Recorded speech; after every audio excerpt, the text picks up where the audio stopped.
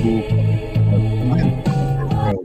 ma o ka ata mo e whainga maari koe ni ke whahoko atoa iho mo proklama kuia whawhango koe ni ki he weekend mo kata whamule mōre behe ke lawa atu ma proklama i he wike ko tau situ o meai i he whainga maari e koe ia o tau taimi proklama wiki ko toa be i ahoni ma whiwhia whiwhikau ke ma whahoko atu e tau proklama koe ia whawhango sai ane i weekend ka me whatawangi o kuongo lere ia tupe tau proklama ka tiki motol ki apina api o kumo iai pe he poki ke tiki nau tolu pe nau toki no mo he tau proklama ku atu e tatai lere mo e tatai loto mawhana ki a tiki motol toa i he tempe tau ko whiwhia ke tatai lere ai whaiwhikau sariswaka ki sene Australia salis mata ma we Hawaii pa malo e ngau e mi Australian whiwhia ke whaiwhikau whiwhia ke family pa mo Australian.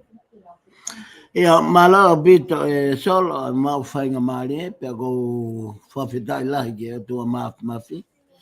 O tua ko tamai pe mo alo mono lau maari e ta usia e kamataanga o e proklama o wiki for all coin.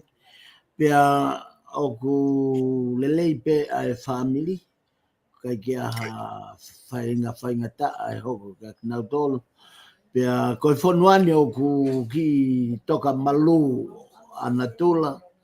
Pea o ku olo vai au pito ai laa pea i kai ngata ika o ku koe ea o ku mahino pena ki moko ane po pea o ku ki ha mai o ku kamata ke as mai pea ea mawhana i he pongpongini e solo.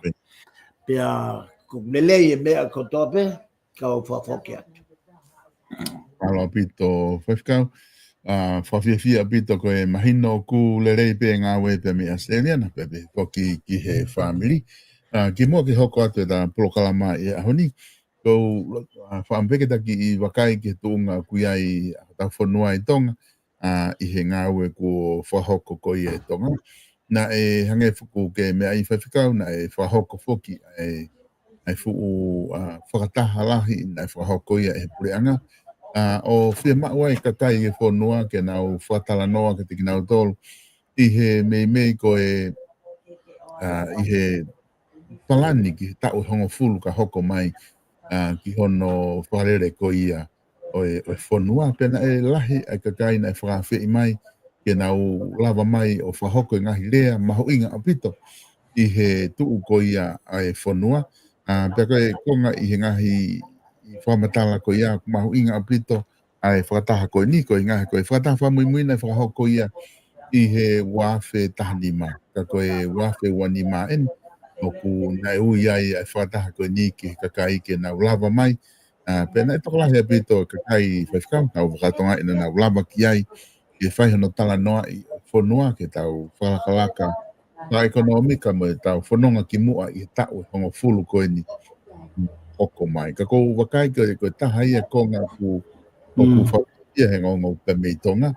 Koe ngā koe lawa ke whanong ke kakai ku nau tala noa ke ngahi whaingata ia ku nau whepaki mo ia mo e hafo e ngahi mea ke o ku nau lawa mai ke whakataha o whahoko hono tala noa i pia mo e ngahi palaparema ku lawa ke nau tala noa ki ai.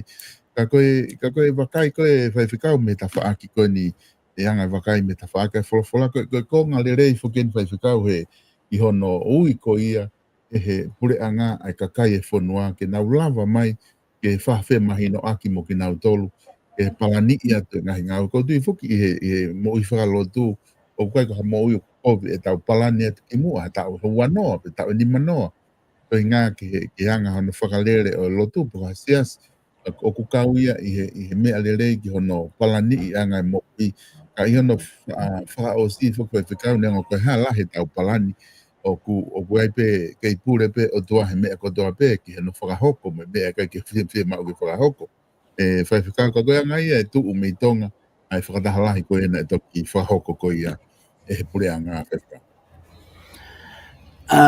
Ia, malo pita solo guongo atu pe gurea. Ia, guongo mai pe. Ki mate mai aho tawhaki. ka kohi te whenga pe ke uma o e pahino o ngai te hui pia watu e tali.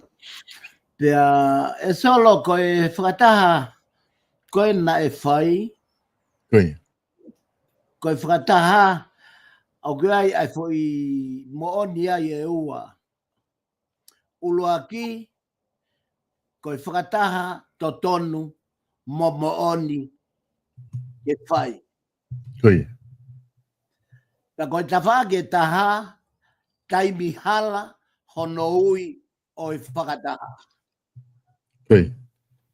Ka pau te ke whakatokanga i e whakataha me foi aho uruaki ua tolu moe wha. Loma ki i ake pureanga whoou ai palopore maia o ngahi pureanga ki mua. O ku ke mahi no i beso o i kuhinga.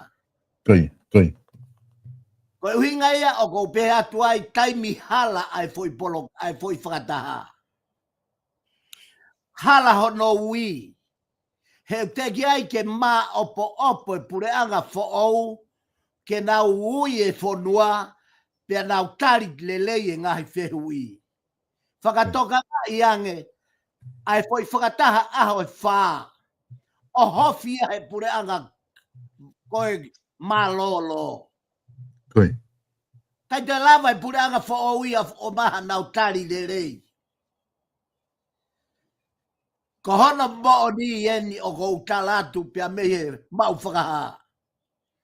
He koe mea ko toa pe ai o tua o ku mateu teu.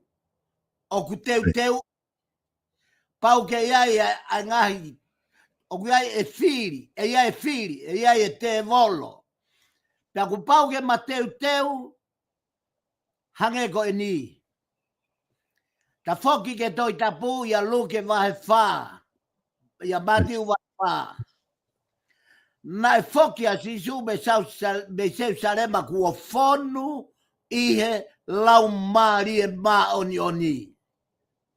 Pea ave e te volo ke toa wha o whai hono ahi i e aho e whango fulu mo e po e whango fulu. Uhinga ia e ku pehe atu tonu mahu inga o pito e whakataha. He ku lau ai e poine pureanga whoou. Ko e nau toki hanga o whakatataha e whanua meongo na whai whakatataha wafta nima.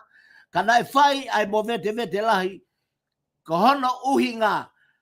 He na e ui e tānima, ai wafta nima, lolotonga ko ia, ko liliu e pureanga me wafta fulu. Ta ko uhinga ia na e kamata ai mo veu. O mai ke a tokta eke. Pureanga whoou. Na e totonu ke nau tatari. Ai ui e foi whakataha. He pau ke hu mai ai. E toi mo ui mai ai. Ai ngahi tefto i a kau kona koe o i pureanga mālolo. O toi hau nau tolu o whenga. Ke na honga na tolu lo maki e foi visone. Pea mo foi kawenga ngaue. Ai pureanga whoou. Te ke whamon me hen solo. Ka kia hafu tari whe ia. Ai pureanga whoou. Koe hano hinga. Kai na te ike nau mateu. Ki ha tari ha palo parema. Pe te nau mateu. Kua nau tau kei he ngai pot ngā ue. Ko uhi ke nau lava o ange ha tari. O whakawhia maaria ke kakai e whonua. Solo. Ko si o ene me tawhaaki whakalau maari e. Na e maha ango. Ai puranga whaou ke na hanga o mai hatari o whakawhia maari e. Ka ke whakatoka ngai, mo ui, pia whailau, pia maa ui mai e puranga motua. Ke nau toe ako, ke nau toe ake mai. Ki nau tolu, mo e ngahi uhinga koe, na uhinga e nau whakawhisi. Ke toi lo maki a ki pe pureanga koe ni, ko hi he wofe whiri i he wafe i November tau ni. Solo ka whafoki atu. Mahino whawhikau ai whatala no koe ni ko ke hanga o mai whiwaki mai whataha. Ko taha ai mea mahu inga i whataha ko ni na ku kai ki ai tuku kehe ngahi fe toe aki akakai me ngahi business mo me na kore hatokoni me he pure anga ka koe taha mea na ongo i whakataha koe ni ai kore ko ia ni ina na kore o au ke kore taha kau CEO whika waki mo na ngahi ofa anga ko na malolo me whare maki vai ola ka teke ke na mau hatari whawhia maarie na kai ke na amanaki ki ai mahalo ko ki puke hake pe o kai ke amanaki ki ai pe o atu pe o kai ke na ilo ipu hanga wena e whai o malolo ai pe koe toki mea pe ia pe ko tui o ku mahino pe ke kakai whanua ko tau whare mahaki o kai ke lawa ke tau whata tau mo ngai whare mahaki murini o no ngahi mea ngā ue ne whai no pōni mo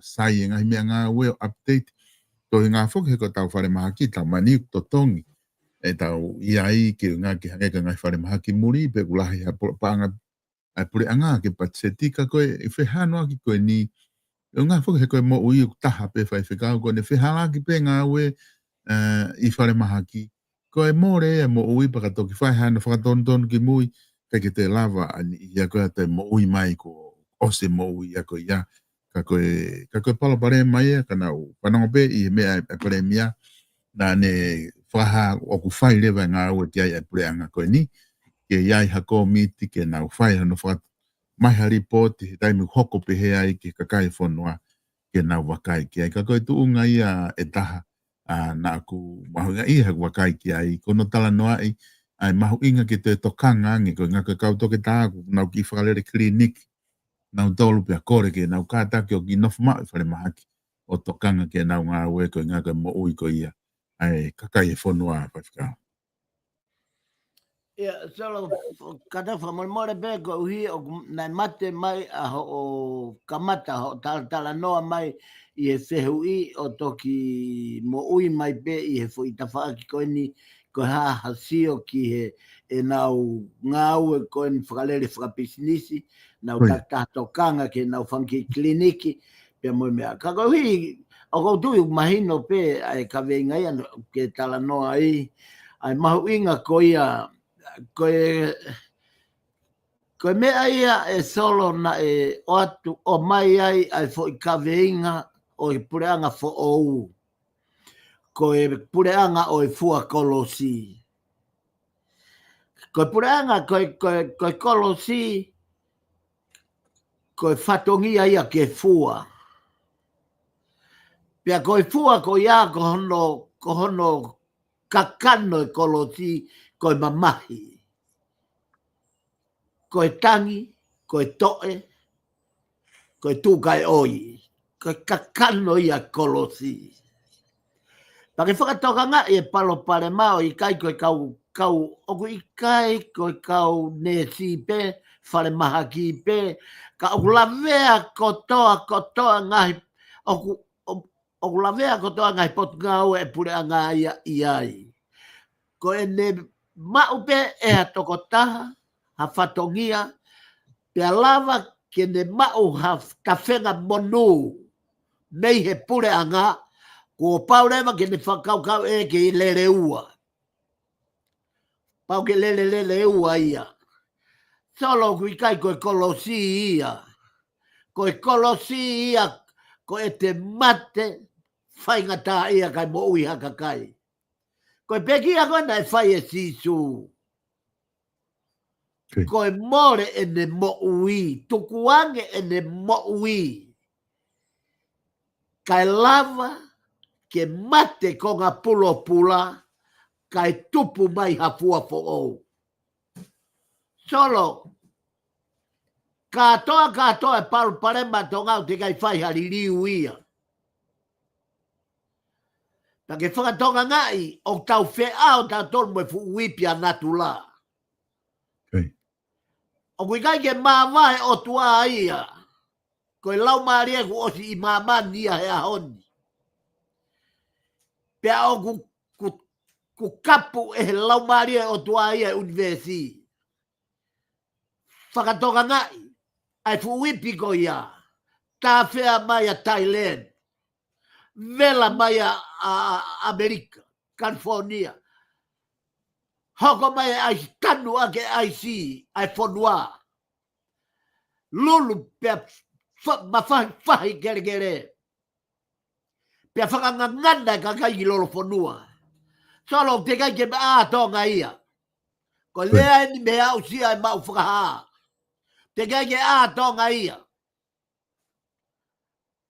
Ka pau na e a whanua. Luaki. Ko nau whatomala. Oa. Ko e pau ke nau whaka e fuefu. He ulahi ngai palpare mai au hoko. Ka te ki ai ke liliu e whanua ia. Ke i tata, ta kou mana wasi. Tapia mo lau maari e maoni oni. Na to e hopo hake pureanga koe ni. Na e ui koe pureanga o e pure lerei. O to e afuhia be. Pe to e fihia be. I he ngai whainga taa o ngai pureanga ki mua. Solo ka oate mea koe ni pia tapuangi mea moe ope. Ko ui he ki seke seka e ala mai ai te walo, pe ku pau ke seke seka me aku oatu me toi tapu. Ko hana ui ngā he whakamo ni, aku ifo e taurea pepa hoko, me taurea pepa hoko. Na e whakamahino i he kamata anga, i he tau e ne ua pe tolu me heni, ai mahu inga e lo fito whai ngata agi ki mamani. Pau koe mau whakaha ia maa tonga be. Koe mau whakaha ka koe aha mea tala e o tua. Koe tala ia ki maman. Koe whono ia ki maman. O koe whono ia maa tonga be. Koe whono maman. Ai mate. Ai vai. Ai afi. Whakatonga i katoa ngahi mea koe ni. Koe ngahi mea nu whakatoka kana ai universi. O whakatonga ke afi. O whakatoka ke vai. Ko hare vai mea hoko e aho ni. Ko whakabau ke ki whakalongolongo e kaulo tū. Fulahi tala noa tohi tapu. Fulahi e rean. Ko na. Whamanat mai lau maari e. Ai mahu inga ke whakatoko lahi. Ai kau. Aki nau tolu o nau mau e ngahi mawhai whakalau maari e. Ke ngahi polo kalama e media. Mau e media ia e sosiare. Mau e media he ekonomika he lao he konisu tone ai paanga pe mo ui mo hafu e meko. Ko feia kau taki lo tu. Na e paniki na tolu ko mo ui e kakai. O ku kailai pe polo kalama taha pe ua. He wike o whamanatu ai whono ai otua ko fu whono lahia. Ko whono ia koe au whanongono tokoto ia he universi. Kua ngā whakauti en. Solo ko mana wahehe ko mea kua tala hanga ton. O ko mana wahehe ko suatke. O ko i kai me mahino ia ke tangata. O kai me mahino ke whonua. O tau whea o na no me fu wipi o natula. Ta ko hinga ia ko lea toai solo. O ko taim ko to. Ko nautolo ko to mea ngau whakapure anga. Ko nana to ngau whakasevanit. O kai ko nao ngau e pato o mai whakatu business. Ko ihe ko mea ni hoko. E whaki whakaloto e nima to matau. Kai haa. A nima to he maa me businessi. O kia mea ke tauhi o tua ua. Tauhi mea o tua taha kai mau e mo ui. E solo. Ko kule atu i he maa oni oni pia moi mooni. O e whekau. Ai mahu inga. Ke nau whei lau ka pau ko nau tolu ngui ka kau toke tā. Ko kau nesi. Ki whare mahaki. Tuange ai ngahi mea whakawhai tō. Ngahi mea whakirini ki. Tuange mea ko ia. Tuange ke pure anga ke nau whakalera ki whakamoi e kakai. Pea nau whei lau mo nau tolu he uko atu. Kai oange hato tong whiunga e pure anga. Mang nau tolu ngau e whakatoke tā. Mo ngau e whakanesi. O kuhinga e nau toi whakatuki rini ki. He kui kai whiunga e mea ko oange he pure anga. I kai ko ia solo. Mare mahino apito whaifikau. Ai whakatala noa ko ke whai. Hange ko te whamanatu mai ai mate vai pe moe awhi. Ko hengi moni te whoke o hike nina e ofongi ai whonua tonga. I he mofu ike na e ofi atu ki ai. fitu poini pa mahalo ku manatui ai malohi ko magnitude ko mo fuike pe faya e whakatokanga tsunami pe kula ka na e canceli pena e hao pe fonua whaifkau tau whawhida i be ko ngā ku ke malo pe fonua pe ko hao fi be i he whakatokanga ko ni kage e whaifkau te ta hoko atu ke ko ngā ua ko ia o e ta prokalama te ngā te o atu ko ngā ka winga ko ia o e ahoni ko e whafo o ho o whakamooni o tua pa te o atia ke te ko e whaifkau ke ki hoko atu ai.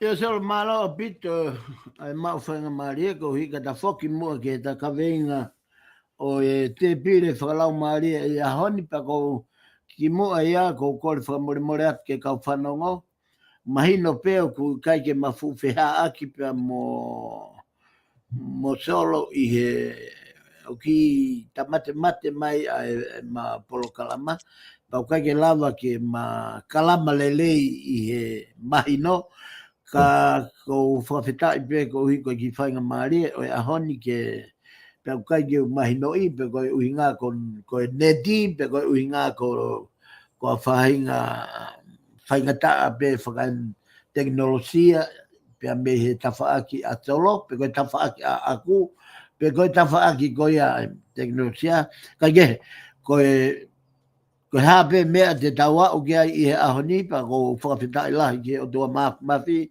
ko hika ne ha mai e ngā whakaukau e polokalama o e ahoni. Ua ki ko e kawenga o e ma polokalama o e te piri whakalau maari e ahoni whakawhaou o whakamo o tua. Ko e whairea ka ni ko e whairea ngā ue loa o tu ai whakawhaou mo whakamo oni. Pea ko o fo ile ko ni o ku ne ha mo e ia e tau tui. Ko ia ku ne ha mo e tui. He ko e tau tui ko ki he o tua e whakate fito ia e toko taha o ku ne mahino i. Ko e ne mo ui ku pau ki whakafo ou he taimi ko toa pe. Hange ko e ni. Ko taimi ko o ku tau ko e tau sio ki he tau ngahi mea lere moto sari o te. O kia ia taimi o fie mau ka ne ospe taimi ko iau fie mau ke ave seves. Ave seves, pe ai kai ngā tae, ka pau ke whakafo ou, ai ngai konga o ku motu i he mea lere, ka hono ui ngā koe malu ai mo ui. Whakatoka ngā iange, koe mea ta tau mo ia o ku hoko he whakafo ou. Koe whakafo ou a ho o whakamooni o tua. Ko toko taha ko toa pe ukia e ne area pau pe moe o tua pe ukia e ne kaweinga moe o tua. Toko taha ko toa pe me he pe toki whanaui o a o foki ki he vai pe koe tau reke reka. Ko toko taha ko toa pe ukia e ne komna ni te makehe ana moe o tua. Ke he peia moe komna ni te whakawhamiri, komna ni te whakasiasi, komna ni te whakapureanga pe whakafonua. Ko whainga komna ni te ia koe ni kua osanga e o tua ia o whao i komnani te ko ia o i he ne whakatupu tangata mo ne whakatupu whewhine pia ne whao ia i komnani te ko ia ki e tangata. Paka me ene o maari e taha e aluha ke toko taha ko ia o ria ki e komnani te. Kai ke ne manatu ia e ia. Pia aluha ke toko taha ia ko ni he mea o kai ke mahu inga ia he komnani te ko ia. Ka koe taimi pe koe o kia pe taimia ai o tua mo toko taha ko toa pe he mama koe ni. Ka koe taime koe ke whamanatu he o tua e komnani te koe ia, koe ne whoki ia na ia. Ta koe maari e ia koe hange koe ni. Ka mane nau sio kia toko taha o kui kai ke ne tauhi pe manatui o kia e ne komnani te moe o tua. Tup whakai na tula pe ia na whanau ia e neongo mātua. Pe aloha ke pe ia o i kai ke tūtū kehe pe ia he lotu. Tūtū kehe pe ia. Ka hono uhinga ne tūtū kehe, ka uhinga koe fo i tae mahino koe o kia e ne komnani te moe o tua. Kai oho vare pe ko aluia whepak moe fo i whaingata. Tau pe he ko ha, toko taha ku heka ia hos. Ko hui he tau maheni pe moe heka hosi ho tau whonua. Paka hawhai wanga kulere hosi o topuna O kai ke poto a to ta ko ni ke ne lava o matatari ai to puna ai hosi ko me be u hoko ko de kai la si su e ke mo ui ko fe ui na ne ilo fe hua fo si su ko me o ke kai la ke tangata ki te vita e ko tamai te vita ke mo ui to ko mai ke mo hete mo ke mo ui Paula ko tamai Paula to ko mai ke mo ui ka ne ta fo ki be si su e ke mo ui ko no fa mo dia o gai ai fa bon kovnanite ai to ta ko do be ko e taimi ke he ko e taimi ko o tua wa na taimi pe a wa o tua ai de to hanga o mai kai ko tau ka me nga fokia ko e faka fo o pe ko hinga foki ai bahu inga ai ka e taka ve nga solo ko e faka fo o ko e pau ke tau faka to mala he ko faka to mala ko no hua ia tu a mamani pe mohono feri haa hua ia tu ke maha o singa maha ango ai ngai nau feri haa o moui kai whakamaa pe whakaloto fo o e tangata ke tō kakato tangata i he tui pe mo whalala ki he otua i he mea kotoa pe mea kotoa pe o kai ata me he otua ko businessi o kui kai ata o tua me iai. Ko e ako o kui kai ata o tua me iai. Ko te ngau whakapureanga o kui kai ke ata o tua me iai. Ko hea no uhinga o kui kai ai ke ata o tua. He ko e nau e o tua. O fia mau ke whakanau a ke tō taha ko ia. Nā ne whakatupu. Ko e pau ke ne ofa. Manawa ofa. Alo ofa, whakamore, whakataki. Whakatoka ngai ai palo polema koe masiva ai whanua i e homa e teknolosia pa tau toki ngau e hala aki. Kua au a setane ki he whanu gutu. I hono whaka ai whakaofa taha ka koe si ka kai kwa ki nau mahi noi. Ko e nau rea kovi ki he ongo mātua pe koe whae, pe koe tamai koe. O kai ke ne whakatonga ngai e ia, koe fufo i anga halango ia kua pau ke ne whakamore. Kua pau, pakapaika ke ne whakamore, heri kua pau. Koe potu o kui ai ai afi, o kui kai ke matamatei. Koe vela ai afi ko ia uriunga fitu. Nei he orita o i mawhana, o a fufoni se afi. Ai tō e tangata mala ia. Kara mai si su, i e whakawheu i e kau whare si. Kara mai si su, i he ne eke he kau whare si. Pe au whewhe lawa mose se. Ai pe he koe he lawa mose se. Ka paute ke tuange howai fi. E iai ha wheawaki i a kinaua. Tau pau ke whae tohi vete pa ke tukuange. Tara mai si su. Ko foi pepe rea vale. Ko foi pepe si ana vale. Ko ke os hia batea koe. Solo. Kapate da whakama opa teknologia ko foi rea vale de fia a te vologu. Fondu e teknologia. Whakatotolo ake ko pesete hiva ko kautoka atata.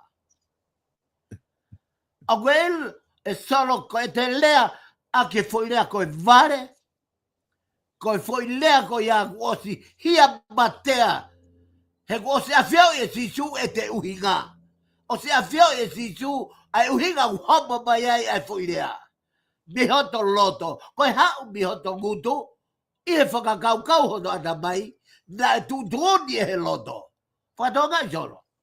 Ai whekau aki ai loto mo e ata mai mo e ngutu.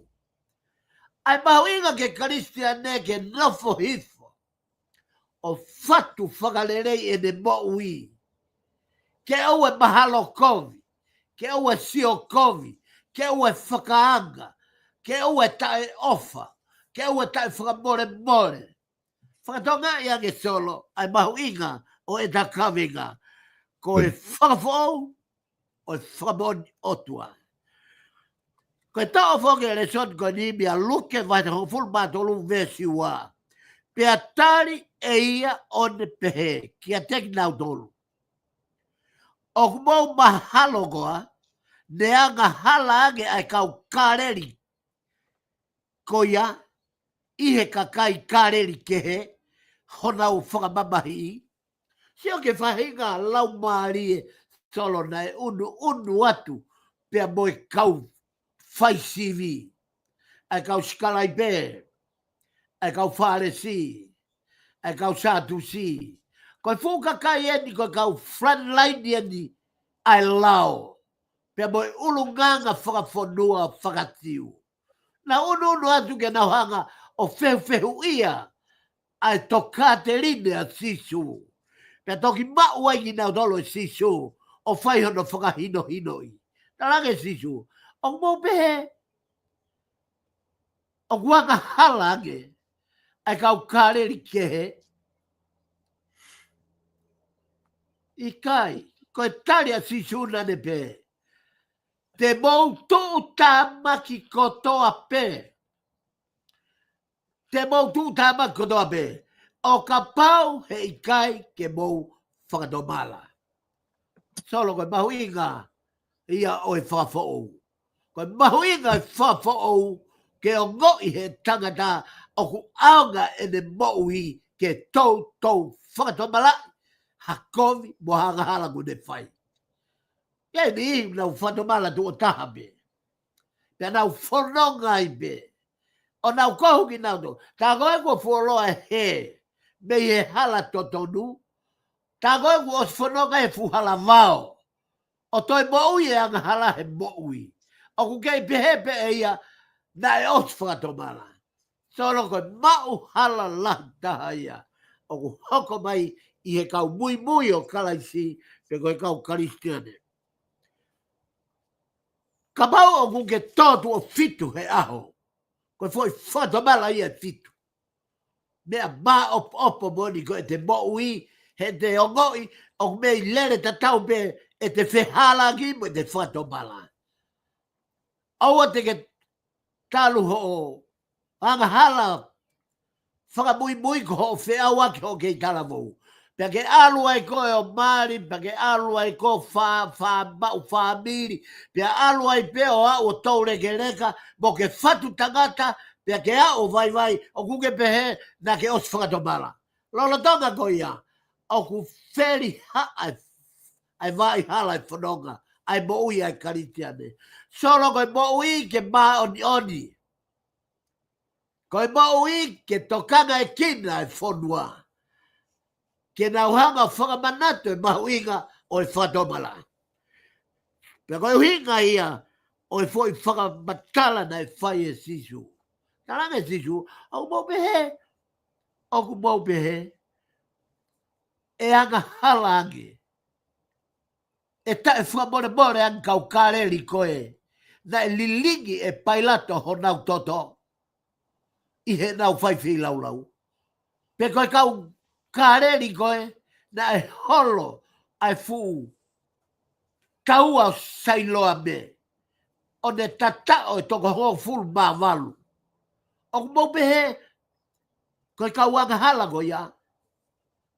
Tai whakatomala, ka pauna nau pekia tai whakatomala.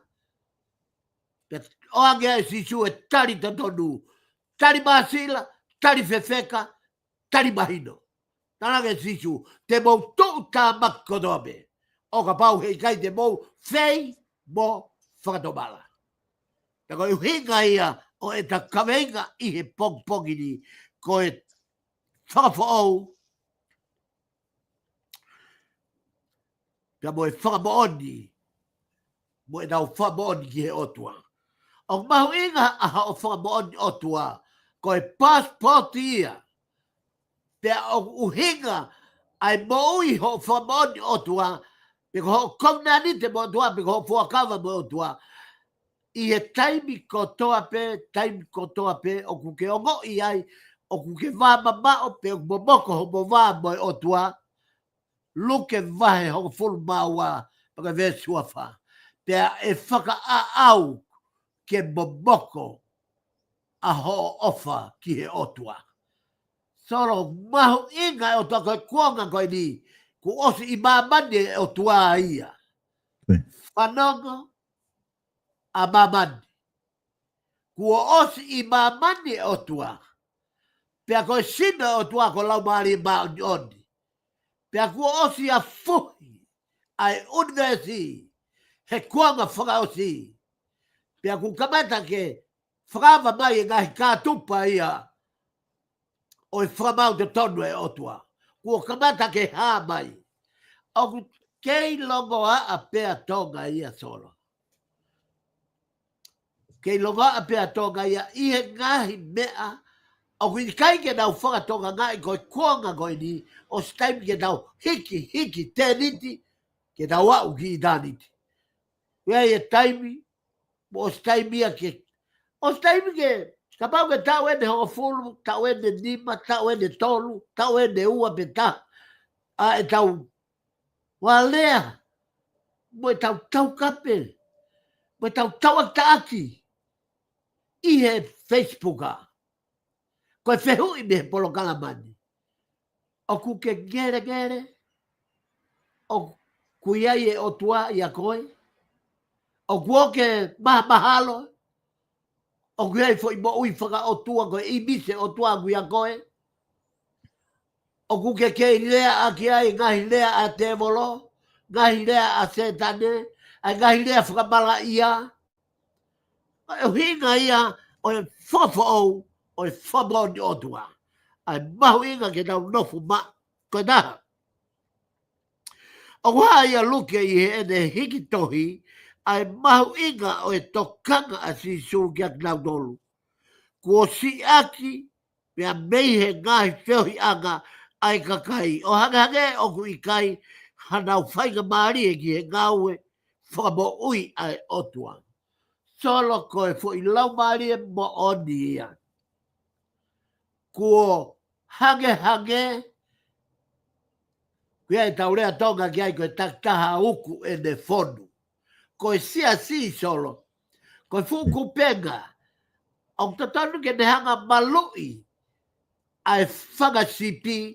Ke oa na hao ha sipi ki tua. I e fuku kuonga hanga hala whanga mala ia koe.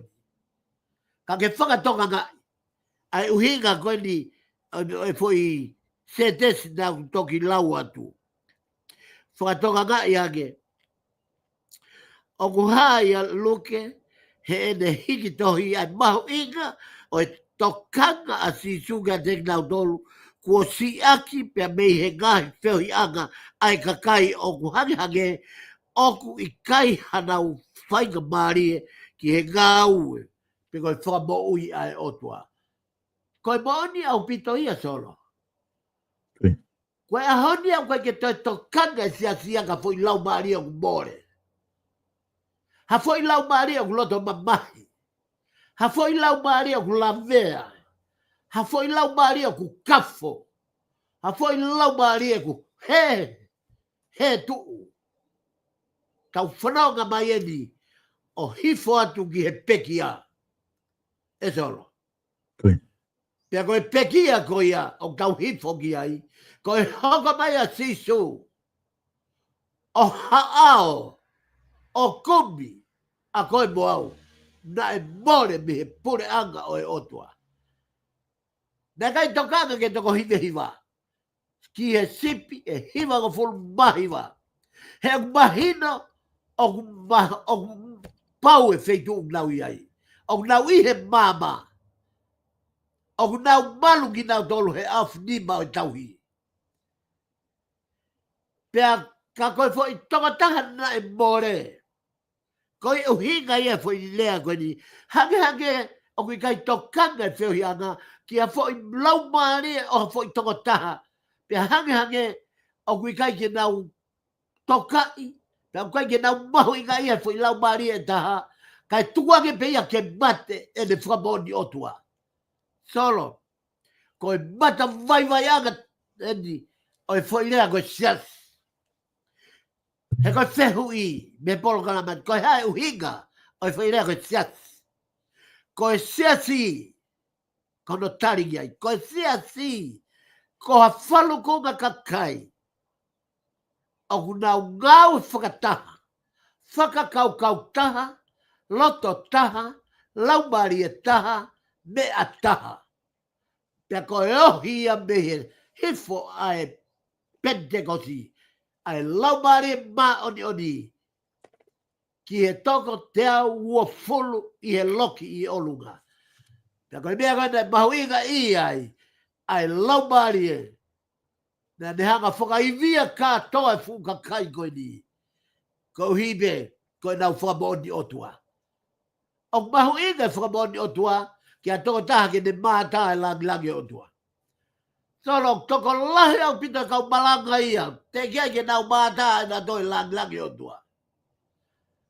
O kui kai ko mo sese pena e mamata ke langi otua. O kui kai ko sere maia be. O kui kai ko aisea be. Koe kuonga koe ni, ka pau o ku ke tui ki he otua ko laumare mani o ni. O ku mata pia mata vi sone pe ia, he po, ki he po, ki he po, ki he po, he aho, i ke aho, ki he aho, miniti ki he miniti, o ku os, mata vi sone pe ia ki he laumare mani o ni. Pia koe na feo hia na ua o ku hangeha fe mātangi.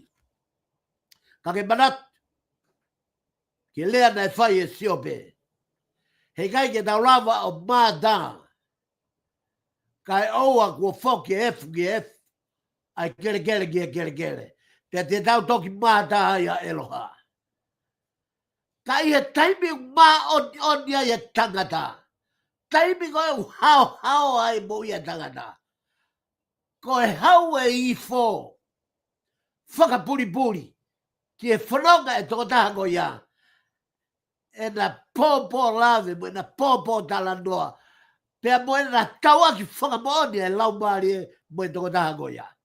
Ko e kawe inga ia o e whawha au, e tau mo ui, pea tau whamoni. Solo ko e ngahi kawe inga ko ni, ai mahu inga o as.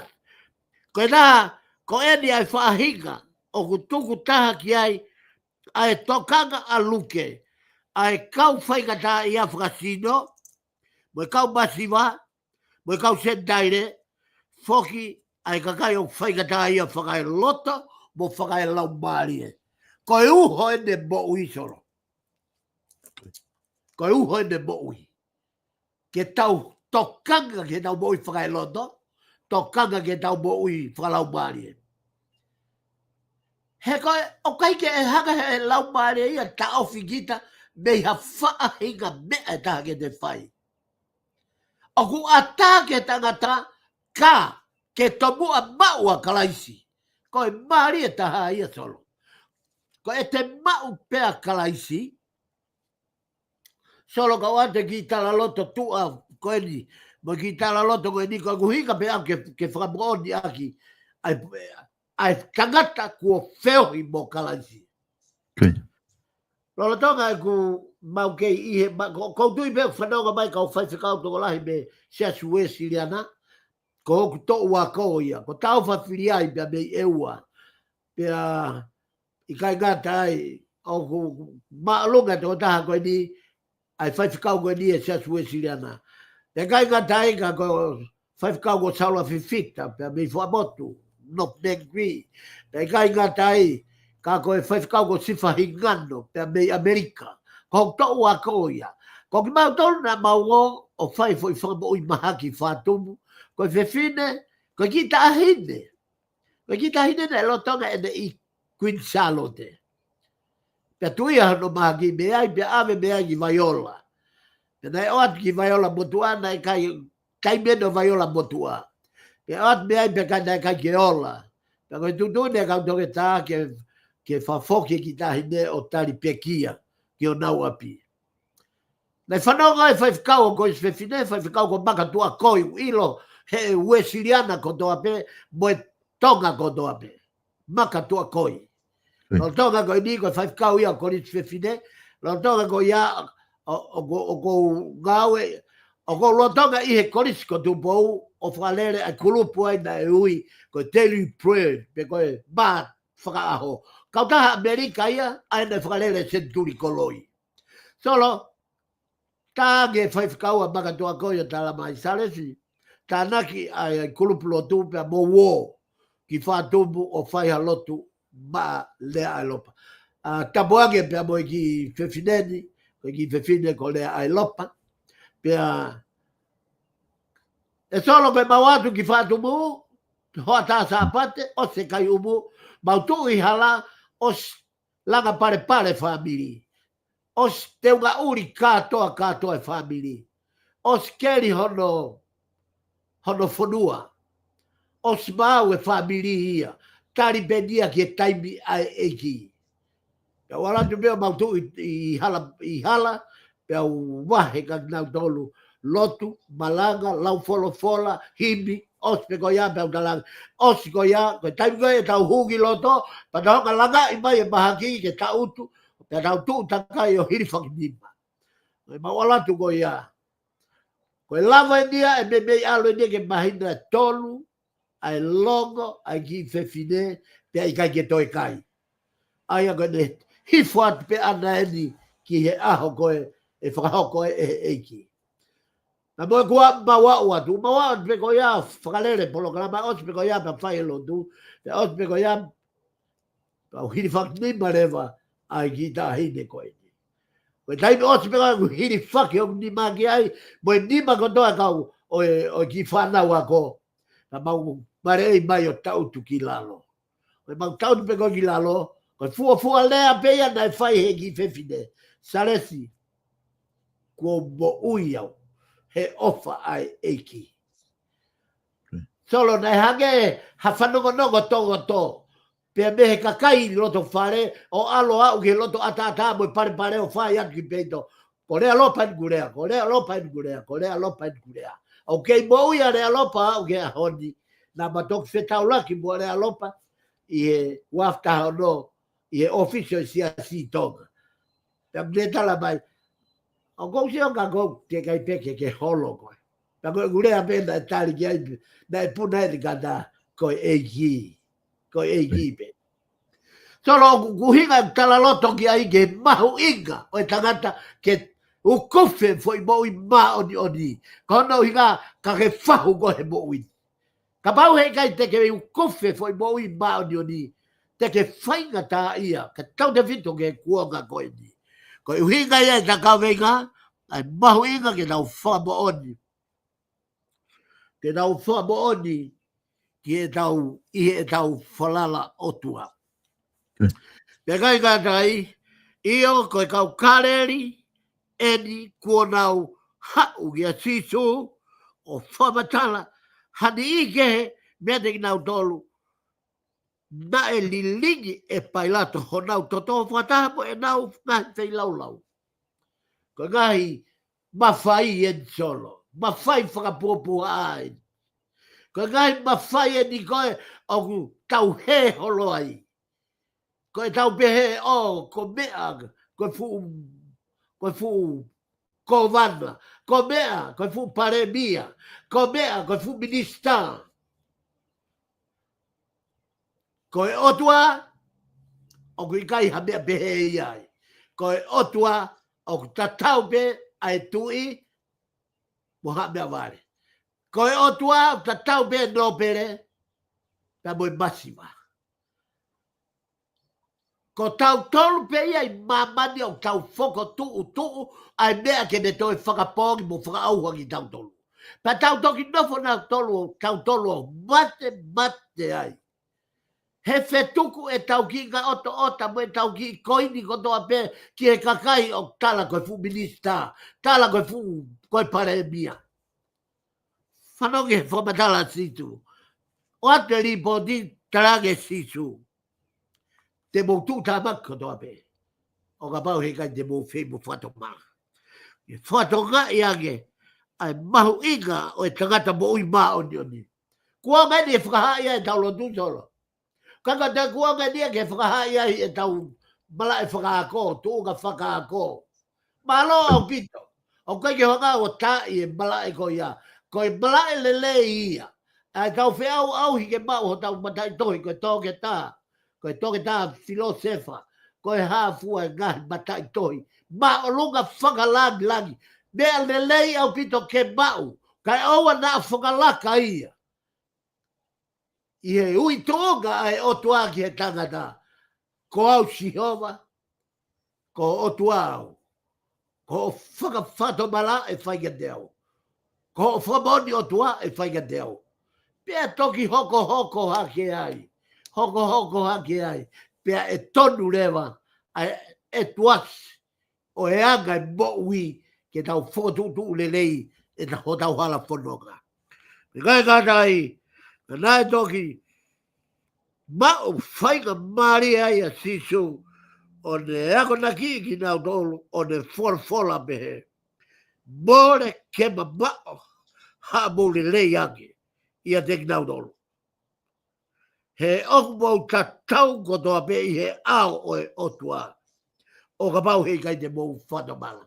Whatonga solo. Ko mea le lei beke te ilo ka minista ko paremia ko te ilo pe i he te mahino pe tukuai.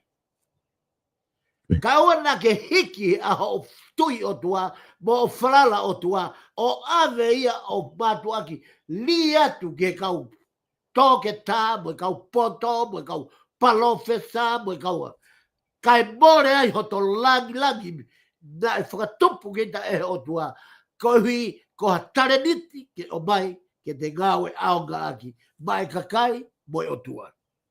Me kai katai, me koe toki mau whaiga maari io.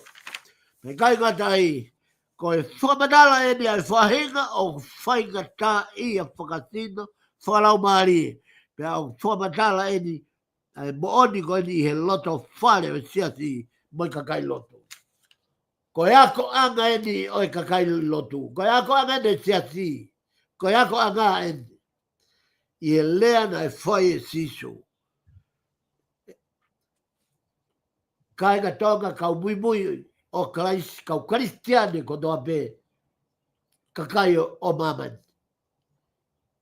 O ki kai hatoe makatuunga ia o ilo o e otua e kamata ia me kau whaingata ia. Ko e fufoi mo oni o ku whaka puri. Ka o ku utua mai ai a hono fuu kakano o ku loloto au pito. Ko e ka o ku ke fia ilo ke i mise o e otua. Tomu a ako ke ilo ai kau kai o kui ko e kau whaingata ia. Ai ka kai o kui ko e kau masima. Ai ka kai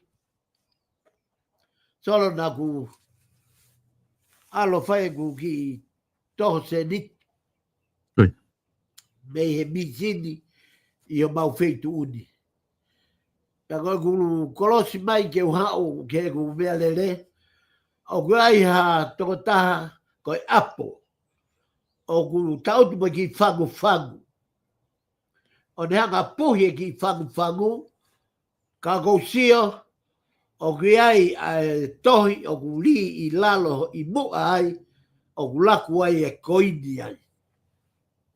Tolo. Koe paanga na walo toho mai. Koe ki paanga e te au. Koe ku o mai koe ku alo ke utu ake melere. Ke o alo holo whai whaki i whatongia. Pea koe kolosi mai koe ia. Mahino le lei ka te au.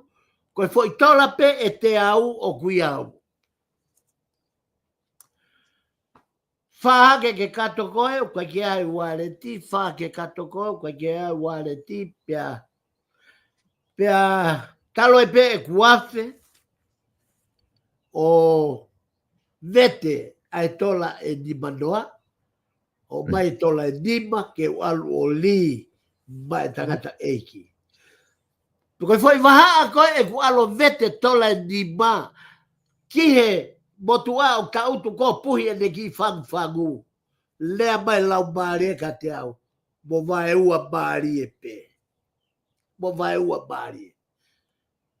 E solo, Na to hake siliti kotoa ni manoa na vete ko ua noa e ua mo ni mai ua o li ia ko e ku foi time na tu hifo ai ta ofi he motua e de pui fangu ka tio fanga mama mai ka te au ta ko de foi lea pe praise the Lord na ka ke wi lo poto motua po a ke foi lea ko praise the Lord so kai ke lea ia ilo e iau kai whakamalo ia ke otua.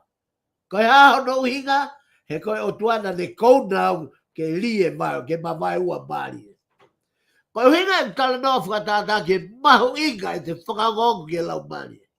He koe e taimi o mahu inga ai a e tau o hange koe kawe inga koia o ta nofo ai i he ahoni. Pea kai gata ai soro ka kouhi whakatoka nga i age. Pau ke tau whi ao ta tolu mo kakai masiva e whonua. Ka kakai masiva ta kau pe tau ai. Ka lau ke masiva. Au te kai ke ta vai vavea tau ke tu umari. Au ku ta kau tau e kau masiva ago. E koe kau tu umari e ia na ona tolu. O li. Koe kau tu umari e na nau li paanga koe whare lotu. Taimi ko whakangangana ai. Manui koe kuonga ko iau te kai a pepa i ai tolo. Koe paanga maka pe ia ai paanga whakala. Paka taimi koe nana laku ai ai paanga na o laku e whare lotu. Ai o tala noa ki ai koe he whiwhine witou. Paka taimi koe nau whakaholo ai maka koe. Kai pa ufu e ne ka ngana hifo ai paanga maka ai paanga koe ni ki he fusia. Pea haki koe whakawhetai mo e whakamaro. Ka koe hika ta tolo e whine motua, wi tau, pe mo ene ki hawhe se niti, lau whataha, koe ki penpeta, ki hawhe se niti e ua. O ne aloatu whakamoulu hake meheno kona o ne hanga o li. Ka e ofo whongi atu e sisu ia. Mo wakai ki whaki koe. Koe whaki e. Koe whaki o kotoa. Kono inga. He koe o singa se ni te taha. O kuiai e ne sopingi. O kuiai e ne whoiakau. O kuiai e ne whohono wala. Mea kotoa pe. O ku heka tuia i heki whoi se ni te taha. Tara mai rewa sisu. Koe mea i o kui. Koe whaki pure anga tua. Koe whaki o kotoa. Aia koe whaki o kotoa ko tau loto. Ke tari e lahi o whaki o tau whai. Ka ua whaki o tau ni mahe. Ka tau ftu o tau loto. Ke tau whakato mala he whaki ia. Ka ke ko hika lave ki ai. Ko hika mahu inga e ta kawe inga i he ahoni. Ai mahu inga ko ia. Ke tau hanga whakatoka nga e kau masi wa. Ko i ka kai ia. O kune fua e tau moui. Mari e ia. Ka ke hanga si siu o whakaataki tau tolu ke fua e tau moui no mia tau tolu. Kai fua e si siu e moui o e halangi he mani mei e kakai o masiva ago. Ka uhinga iau tau malanga lea aki whakamanat ke kakai mahu inga e kakai masiva. Ka ono uhinga he koe mea fua ia o fua aki o tau hala ki e pureanga o e otua. Ka ingata i pia koe kua mawaiua e ngahi siasi pia moi kai ngata ai. Ka kua longa ai whanua pia moi pureanga o nau whakalangai o kulele iage i he. O kulele iage i he. Koe mo o ni he. Mo wami ki he ni koe mo o ni he ni. Se kala ngai e siasi he ahoni. Tala mai koe mo o ni he ni. Koe mo o ni he ni. Tala mai e sisu koe hala. Koe me koe hala. Pea moi mo o ni. Pea moi mo ui. Whakamoa ke tau hiki fuu. Tu ake siasi ia. He koe siasi koe mea pe ia ke tau ngā ue. Tau ngā ue ai. O tau ngā ue. O koe mea lele e tau ngā ue ke siasi. Ka kuia tau ki ofa fai ke siasi, ka kuia tau ki tokoni fai ke siasi, ka kui kai ke peisi ho tau loto, mo tau lau maria ke pranga o tua, ko hika ha tau gawe e siasi. He ke siasi ia ko sino pe ia, ke hai e tau ofa o tua. Ka ko e uho e mo uia, ko e pau ke tau ilo, o ku sivi ho tau loto, behe o tua. Ihe taimi kotoa pe. Taim kotoa pe, ko tau sivi o fai aki, o fai mea tau loto. Ko ke sivi aki e ata mai. Ta ko e hinga ia solo o ko tō ai he ta polo kalama, i he mahu inga ki whakafoke polo kalama ki he mone rea fit motua ni wasolo, tau loto pe. Sai pe tau loto, sai e tau ngawe. He koe mahu inga o e tangata, o whakatewhito hono mahu inga mi hono loto. O koe whakamahu inga e tangata ia mi hono atamai. Pa koe whakamahu inga e tangata ia mi he tau kei. Pe ko hane koloa, pe ko hano tuunga, pe ko hano mawhai. O ku whakamahu inga e tangata e otua. O whakatewhito, pe a mi hono loto. He ku sivi e otua e loto. Pe toki mahino ai e tangata. Koe tangata ai otua. Pe koe mahu inga ia, pe a koe tangata ko ia na whiongo ngoi pe nau mo otua. Koe mea ko toa me lea aki e whamon mai otua. Foi mea otua e o whai koe whamon. Koe ano hinga, he kune os whakamawhai e ia koe. He kune os whalala ia ka koe. O os whalala i ki o ngā ue. Os whalala ia ki o loto, ho atamai. O kune sivi ho atamai koe toko taha ko atamai maulalo. Toko taha wanga whakaapa. Toko taha wanga kātaki. Whakatonga e kakai he ahoni nau whi au auhi. Vere mela a petanga tamu whi au auhi ke hama. Hono tunga whakaako, hono tunga ha, hono tunga taukei, tunga mahu inga he pureanga, he tiase he punua. I kai, tala mai sisu, tanu e koloa na uadu, kai tuku ke tupu e koloa ko ia, o tupu whakaututu. Pea ko ene tupu, he kai ilo ia ho moui. O kai ilo ia, he fua whakai mamani. Ka ku ilo ia he fua, ho tau loto. Ilo ia he anga e tau ngawe. O tau ngawe va ofi pia moe lau maari maneni. Ka ke solo, koe mahu inga ia e tau polo kalama ia ahoni, pia i kai ngatai, ka o whabe ta whakaosi ake ki i konga koe ni, i he holo koe ia e taua o sailoa me, na e mata e toko hoko fulu malu, o tau mia, pia o mou, ta koe nau ono mai ka sisu, talang sisu, fe, ai anga hala, ne mo ua ai toko hoko fulu mawalu, ai tokua na e uhinga no tau mia ki nau tolu, ko uhinga koe lahi e nau whai anga hala. Kai talang e sisu, talatu, na e kai kehe, te mou tō tāmaki koto ape, o hage, o ka pau hei kai, te mou whei mo whatomala. Solo ko te mire whakalau maari e a o e ahoni. Kawe ngā, e tau whawhau mua, e tau kovnani te whamuoni, moi otua. Kai asi mai hali liu moui, hali liu whaunga. Sio ki tonga, ngai whai kata, o kui whe e tau lotu, koe whehu ia, koe ta whehu i ki tonga, o kui whe e tau lotu, o ku hake ai ngai whatokanga, mei natula. Ka pau koe tangata koe ai otua, o ku malama, ke lea ki he ngai mo ngā ke mahiki, paulu tahi, pau ke paulu. I he tui, na moe whalala ki he otua. Tolo koe ngata anga ia e ta ki Polokalamang, ka alo mai e ta taimi, pa ko o atu e ku pua kole whakamon atu koe hui koe kai lava e ta Polokalamang i he wiku o si, tolo koe hui pe koe ki whatongia, na e whakahoko atu, mahina mele koe ki sio ki he tunga whakalao, o ki motu i pare, ta ko osmau e u mea koe ia, i he na uhinga ai poaki, pa koe ni ko foki mai ke hokot e ta polo kalama solo pa ko fa malot ke te koe ko hi pa mo vi poni o ke tu aki kaveiga o e te pile whakalau maari o e aho pure lulu ko toa pe ko hi pe ke tau whanongo ke wholwhola ko hae mea e wholwhola mai ai lau maari mao ni o whanua ni motol ko toa pe ko mo whawhea te pile whakalau maari o e aho ni whanawa ke tāpua ki motol he lau maari mao ni motol ko toa pe ko ai hopo ngahi whaingata ia palparema o whea ua te tau kum whai whamau i o toa o ne hanga o tāpua kina ki motol.